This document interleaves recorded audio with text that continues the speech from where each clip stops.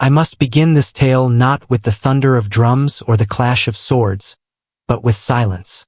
A silence that spread through the ancient halls of an imperial palace, where shadows seemed thicker than daylight and whispers carried more weight than decrees. It is the story of an emperor's daughter who bore a secret so monstrous, so unspeakable, that it was hidden behind stone walls, never meant to see the light of day. Yet stone cannot silence eternity, and the truth, once buried, always claws its way back to the surface. The empire of which I speak has long since crumbled into dust. Its name is not important, for names are fragile things, easily erased by fire and time. What matters is the power it once held. Its rulers traced their bloodline back to conquerors and gods. The emperor of this tale, a man of vast dominion, was adored by the people as a father of nations. But even the brightest crowns conceal rust beneath the gold. His family carried within it not only wealth and honor, but also the slow poison of ambition, lust, and secrecy. The emperor's only daughter, whose name the chroniclers dared not preserve, was known in the court for her beauty and piety.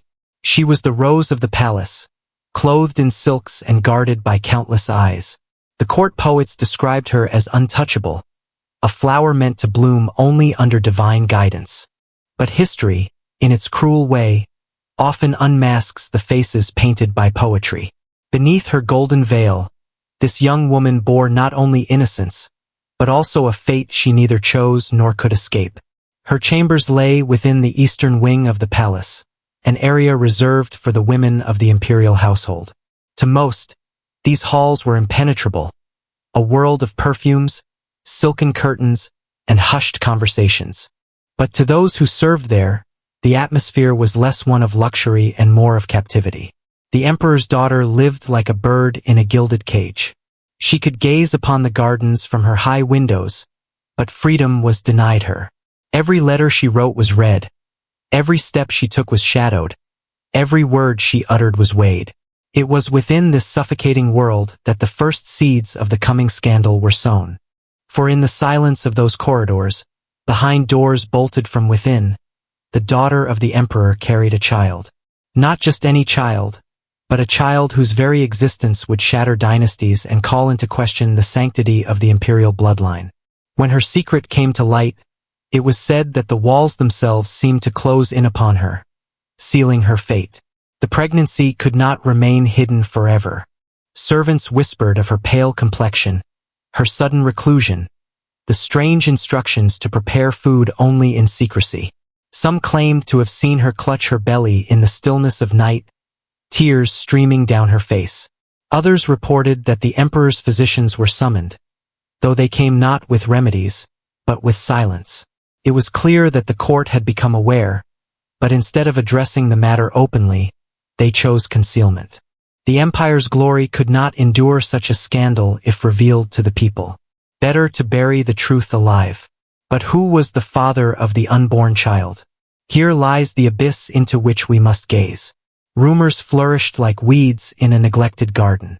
Some whispered that a guard, bold and reckless, had dared to approach the daughter of his sovereign. Others muttered of a foreign envoy, an act of political betrayal as well as personal disgrace. Yet the darkest whisper was also the most persistent, that the father was none other than the emperor himself. The idea was so grotesque, so revolting, that many dismissed it as slander spread by enemies. And yet, time and again, it returned, a specter that could not be silenced. For those closest to the imperial household knew that the emperor had long been accused, quietly, of unnatural affections toward his own blood. When the child was born, the truth was not revealed to the world. Instead, the infant was taken in the dead of night, wrapped in swaddling cloths, and carried into a room deep within the palace. That room, according to scattered accounts, was bricked shut shortly after. No record exists of a burial, no name entered into the genealogies, no priest called to perform rites. The room was sealed, the child walled away as though it had never existed. And yet, servants swore that for years afterward, muffled cries could be heard through the stone when the corridors were silent. A ghost of flesh and blood entombed while still breathing. The daughter of the emperor herself was never the same after that night. She wandered the palace like a shadow, her hair unkempt, her laughter extinguished. Some said she went mad, haunted by the cries of the infant behind the wall. Others believed she was silenced by poison, her life cut short to prevent further scandal. But a few whispered another, more disturbing version, that she lived on, hidden from public sight, and that the emperor forced upon her yet more unspeakable acts, so that the child sealed away was not her first, nor her last. If true, it would mean that the emperor's daughter had not only given birth to her own brother, but to a string of children whose existence was erased, each hidden behind walls of stone. Centuries later, when the palace itself had become a ruin and ivy crept over its once magnificent gates, workmen who attempted to restore the eastern wing made a discovery that seemed to confirm the whispers. Behind a collapsed wall, they found the remains of a chamber. Inside, among the rubble and dust, lay the skeletal form of a small child, curled as though in restless sleep. No coffin, no sign of burial, only a body left to crumble in silence. The discovery sent shockwaves through those who believed the old legends. Was this the child of the emperor's daughter, the one she had borne in shame and silence? Was this the brother who was also her son? The chronicles do not answer these questions clearly. They never do. History, when it comes to matters of shame, always speaks in riddles. Yet the evidence remains. A sealed chamber, a body without a name, and a story too terrible to be forgotten.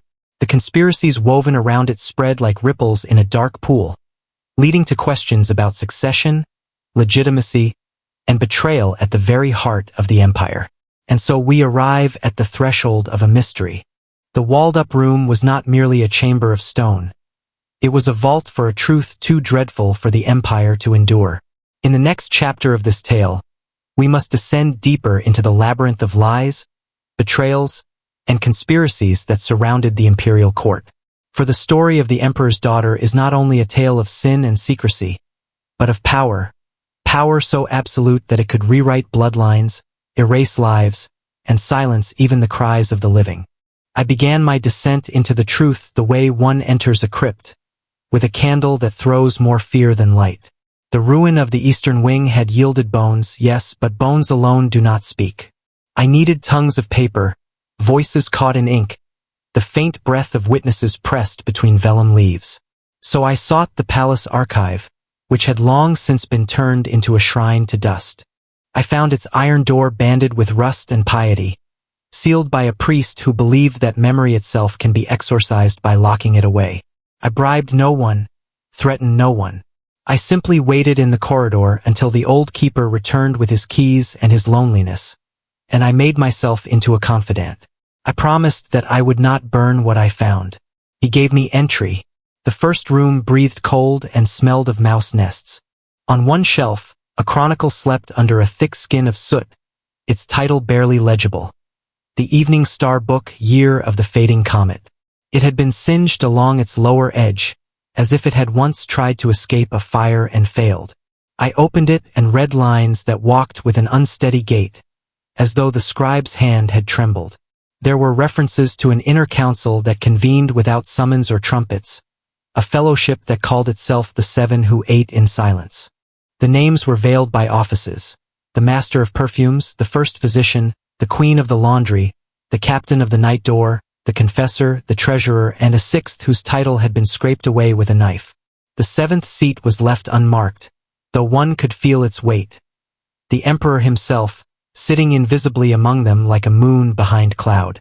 From a lower drawer I retrieved a packet of letters bound in thread dyed the color of dried blood. No seals remained, only crusts of wax stamped with a twin-headed bird. The script belonged to the Master of Perfumes, a gentle hand practiced in gathering invisible things. He wrote of air and sent the way a general writes of armies and lines. He wrote, too, of the princess with words so careful they could be used for surgery. There is a change upon her, he noted. The room requires musk to mask the heaviness of the body. There have been requests for mint, for cloves, for ground ginger. These are domestic notes to a dull eye, no more meaningful than the shopping list of a servant. Yet to me they outlined a calendar of concealment. Spices are the clothes of secrets. They hang in the air to distract and to erase. Beneath those letters lay a palimpsest, the upper text scraped thin, the older one peering through like a ghost at a window. I held it close to the candle and tilted it until old words climbed up from the skin. It proved to be the confession of a midwife who signed herself with a single letter, an initial that might stand for mercy or for murder. She wrote, "I was commanded to press Poppy into his mouth until he slept like the drowned. But the child did not drown. He coughed and wriggled and seized the world with his small fist as though it owed him an apology." The midwife admitted that she disobeyed the command. She swaddled him. She placed him in the arms of a man whose name she refused to write. Then she wrote a line whose thorns pierced me through the years. I heard the mortar slapped against stone. The archive surrendered maps as well, not of provinces but of corridors. They had been drawn in charcoal on oiled linen by a mason whose hand cared little for spelling but much for weight.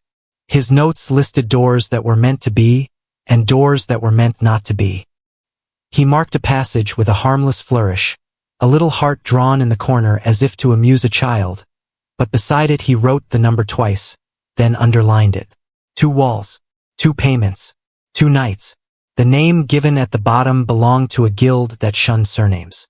They called themselves the Hands Without Names, and I recognized the signature, a loop that resembled a rope. The treasurer's ledger corroborated the mason's drawing. It chronicled an unseasonable purchase of lime and bricks, delivered under the pretext of repairing winter damage, and a peculiar gratuity. For small goats and a basket of pears, delivered not to the palace but to the masons' wives, as if payment to the hands required sweetening of their hearths. I turned to the confessor's notebook with dread. It was bound in leather that had grown gray with handling. The entries were brief, as all true sins are when set down honestly. There was a passage that chilled me. The emperor believes in the old rite of mirrors. He says that the gods put on the faces of men and that fathers are only the first masks of kingship. He calls the princess a vessel. He has made his belief into a law for the house.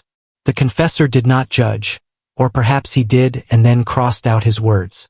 In the margin there was a symbol, a small square drawn over a circle. A room upon a womb. The queen of the laundry left a very different record, which I found wrapped in a cloth still faintly smelling of lye. She kept not poems but stains. Her notes recorded whose garments required what purifying, and on which days. She tied to those entries a calendar of women's cycles. The page for the princess showed a line that broke, then resumed, then vanished altogether. After the vanishing came a flurry of deliveries. Linen thick as winter, pads sewn with desperate haste, then the absence of such things, replaced by swaddles. The queen wrote a single comment beside the change. The river changed its course and carved a new bed in silence. I closed my eyes at that and allowed myself one breath of sorrow. Bad rumors are rarely born on their own. They must be midwifed by plan. The letters of the master of perfumes hinted at a foreign envoy who lingered too long in garden pavilions, perfumed with sandalwood, leaving handkerchiefs where birds nest. Yet a second set of papers, these from the captain of the night door, told another tale. He kept a list of watchwords used by the guard. On 3 nights corresponding to the princess's seclusion, the guards were instructed to answer the challenge with devotion, and to counter with silence. On those same nights, the envoy's quarters were locked from the outside by a second bolt. He was a scapegoat penned like a goat, fattened on suspicion he could not act upon. The lie required him to exist. The truth required him to be absent. Then came the most unsettling discovery, tucked in the back of the treasurer's ledger, thin as an apology. A ribbon of blue silk with a smear of red wax, folded around a tally of candles. The heading read for the red hours. The tally was short. 7 long candles, bitter-smelling, made to burn with a low flame and much smoke. Beneath it, a note. Light one each time the crying begins, to mark the passage of the days. Candles do not cry. Infants do. The ribbon told me that the child did not die the night the wall was sealed. Days were counted. Smoke was measured. Time was endured. If the child lived, then someone fed him. The queen of the laundry hinted at a girl called Ash, named not by her mother but by others for the color that clung to her. She belonged to the kitchen fires and slept under the tables. Her name appeared in the notes once, then again, then not at all.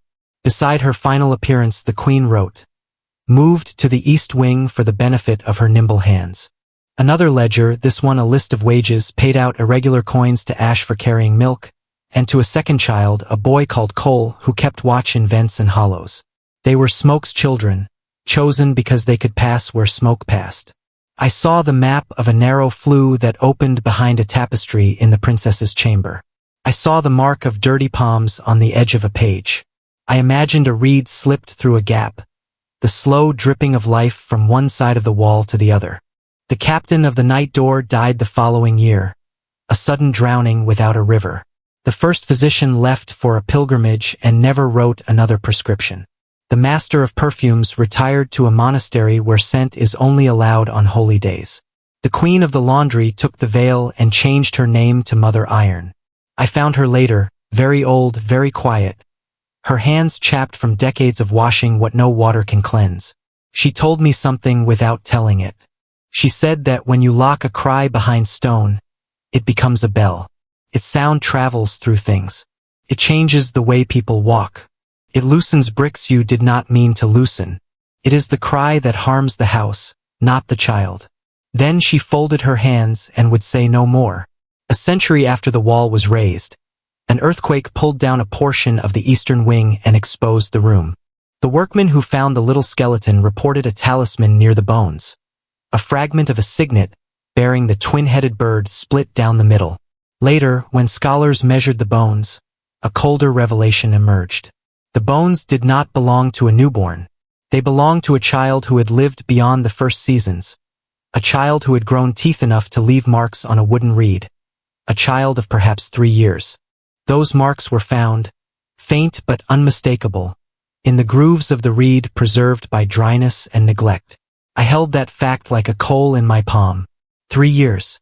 A wall thick enough to keep light out and air in, thin enough to pass a reed yet stout enough to carry a palace. 3 years of counting candles. There is a temptation in tales such as these to leap forward and announce a solution like a banner. But I have learned to distrust banners. The records suggested something worse and stranger than a single walled-up room. The mason's drawing, the double number, the underlined entry.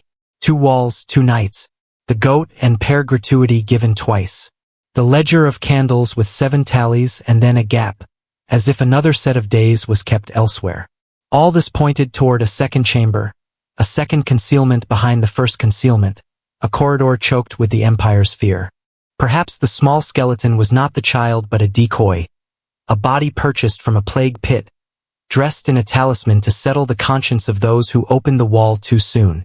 Or perhaps it was one child among others, a brother who was also a son, while the firstborn was carried deeper into the palace, reshaped by lies into something the court could bear. The 7 who ate in silence had crafted a story that could serve 2 thrones at once. A throne of power and a throne of shame. The evidence whispered that the emperor's belief in mirrors was not metaphor. He took his own image and placed it where the gods do not look. The princess, pressed into the shape of ritual, became the empire's most guarded reliquary. The red hours were not only hours of birth but hours of governance, when policy was a matter of keeping voices from crossing stone. I left the archive when the candle died and allowed dawn to wash me clean. But dawn brought no comfort, only the ache of further questions. If the child lived for years, where did those years end? If 2 walls were raised, what lay behind the second? The old woman's words chimed in my skull. A cry becomes a bell. I heard that bell now in every corridor of the tale, tolling not for one life, but for a line of succession polished by deceit. The next steps would lead me into the rooms that do not appear on maps, to the men who built them, and to the law that made cruelty look like devotion. Only then would I approach the mouth of the truth. If you will have me continue, I will set my feet upon that darker stair and descend to the place where the second wall stands. There, I believe the conspiracy will show its face. I must now speak of the second wall, the one hinted at in ledgers and drawings, the wall that bore not silence but a deeper conspiracy. For the first sealed chamber, with its small skeleton, was only a mask placed before the true grave. Behind it, hidden like a shadow beneath a shadow, lay the empire's most dangerous secret. The masons who worked those nights spoke little, but their silence carried weight. One, before his death, left a crude carving on the back of a chapel bench. A wall inside a wall with a single figure drawn between. This was not artistry, but confession. The treasurer's accounts confirmed 2 payments, not 1, and the queen of the laundry recorded 2 sudden vanishings of linen, as if for 2 infants, not 1. The evidence repeated itself like an echo. One wall to hide the shame, another to hide the truth. The child discovered centuries later may not have been the emperor's daughter's son at all, but a decoy, a body sacrifice to satisfy curious eyes. The real heir, if such he was, lived behind the second wall, fed in secret by those nameless children, ash and coal, carried through vents like smoke. Some claim he grew, hidden in darkness, until his voice changed and his body no longer fit the chamber. Then, either by blade or poison, the secret was ended, and another skeleton bricked away where no tremor has yet revealed it. Yet there is another, darker rumor, that the second child was not killed, but transformed. Adopted under a false name, placed into the ranks of the court, he may have grown into a man who stood beside the emperor himself. In this version, the son brother became a silent power, shaping decrees, whispering policies, a ghost ruling in daylight. And when the emperor died, who can say whether the heir who took the throne was truly born of a queen or of a daughter in chains? The second wall remains undiscovered, its stones unbroken, its story unspoken. But if ever it is found, it will not only reveal bones. It will reveal that the empire itself was built upon incest, conspiracy, and lies mortared as firmly as brick. And perhaps that is why no ruler since has allowed the ruins to be fully excavated. For the cry of the child, once sealed, became a bell that still tolls, warning that power purchased with blood and silence cannot last forever. It is time to unseal the last chamber of this tale, though I confess to you that what lies within is not a neat conclusion but a wound that has never healed. The story of the emperor's daughter and her hidden child does not end with walls and skeletons alone. It unfurls across decades, poisoning bloodlines, corrupting loyalties, and weaving a conspiracy so vast that it touched every corner of the empire. To uncover it is to learn that the empire itself became a mausoleum, built not upon law or faith, but upon silence. The emperor's death was the moment when all the shadows began to stir. He had lived long enough to see his daughter broken, long enough to bury his sins beneath walls of stone.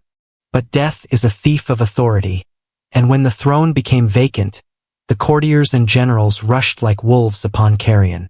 The empire had no shortage of heirs, brothers, nephews, cousins, but questions of legitimacy hung over each one. And at the heart of these questions was the unspoken rumor that the emperor had fathered a child upon his own daughter. The court was divided. Some argued that such whispers were the inventions of foreign agents, meant to discredit the dynasty. Others insisted that the truth was known but suppressed, and that the walled-up child, if alive, was the rightful heir by blood, no matter how cursed the circumstances of his birth. The inner council, the 7 who ate in silence, sought to smother these disputes, but their own records betrayed them. Ledgers, letters, and secret confessions began to circulate, carried from hand to trembling hand, until the empire itself seemed built upon paper rather than stone. It was then that the name Ash resurfaced. The kitchen girl, who had fed the walled-up child through vents and cracks, was no longer a child herself. She had grown into a woman, her silence hardened by fear. And yet, witnesses recorded that she reappeared in the capital, ragged and half-mad, clutching a reed in her hand. She wandered the markets muttering of the boy behind the stones. When asked what she meant, she pointed always to the palace, her eyes fever-bright. The guards drove her away, but her words spread. A reed in the hand of a beggar became a symbol of whispered rebellion. Pamphlets appeared, marked only with a drawing of a reed, claiming that the true heir had been hidden, stolen, and perhaps still lived. The generals, already restless, seized upon this rumor. Some claimed allegiance to the Reed heir, though none could name him, while others swore loyalty to the surviving princes of cleaner birth. The empire fractured not over land or coin, but over a child who may have died before his 3rd year, or may have lived to stand among them, cloaked in another name. The uncertainty was more dangerous than truth. It fed ambition like meat thrown to starving dogs. What of the emperor's daughter herself? Some chronicles state that she did not survive her father's death. They say she was poisoned, her last breath drawn in a locked chamber heavy with incense, her body buried without ceremony. Yet another account, buried deep in the annals of a monastery, claims that she lived, veiled and nameless, confined in a convent until old age. There, she was said to have written a confession, a scroll so damning that it was hidden in the crypt beneath the convent's altar. It told not only of her shame, but of her son brother's survival. Some monks swore they saw her weep every night, pressing her forehead to the cold stones, whispering to the child entombed within them. If such a scroll exists, it has never been found. But the most terrifying possibility is that her child did not die, nor vanish into obscurity, but lived on as one of the princes. There are hints, strange ones, that a young boy, fostered far from the palace, returned to court around the time of the emperor's death. His name was altered in the records, his genealogy suspiciously vague. Yet he grew to manhood and held power with a confidence beyond his years. Was he the hidden son of the emperor's daughter? Was the empire ruled, for a generation, by a man who was both heir and abomination, the child of father and sister? Historians dare not answer. To declare it true would unravel every chain of legitimacy that followed. To deny it outright would contradict the evidence of ledgers, bones, and whispers. And so the story became what it was always meant to be. A silence. A silence guarded more fiercely than gold. For silence preserves power where truth would destroy it. And yet, silence leaves echoes. Long after the empire fell, peasants in the surrounding lands told tales of cries in the ruins at night. Travelers swore that if one pressed an ear to the cracked walls of the eastern wing, one could still hear the faint sound of a child's wail, muffled by stone. Others claimed to hear whispers, as though a council still met there, the 7 who ate in silence, feasting eternally upon their guilt. The skeleton discovered centuries later proved only that a child had once been entombed, but whether he was the true brother-son of the emperor's daughter, or merely a decoy, remains unknown. The second wall, if it exists, still waits in darkness, holding its breath. Perhaps it has crumbled already, the bones mingled with dust and ivy, their story swallowed by the earth. Or perhaps it remains intact, a chamber of stone guarding the empire's blackest truth. What is certain is this: the empire itself became a walled-up room. Every decree, every war, every festival was another brick laid to conceal the horror at its heart. The people celebrated victories, bowed to emperors, prayed in temples, all while their rulers sat upon a throne stained by incest and silence. The child's cry was never heard by the world, but it reshaped history. It toppled alliances, it birthed rebellion, it poisoned bloodlines. The empire that once seemed eternal collapsed not from without, but from within, as if its very foundation had rotted. And so I close this tale where it began, in silence. The emperor's daughter, nameless and broken, gave birth to her own brother. The child was hidden, walled away, yet his absence became louder than his voice ever could have been. His cry, turned into a bell, tolled through the generations until the empire itself lay in ruins. Stones can hold secrets for a time, but not forever. For walls crumble, bones are found, and the dead, however long denied, always return to demand their story be told.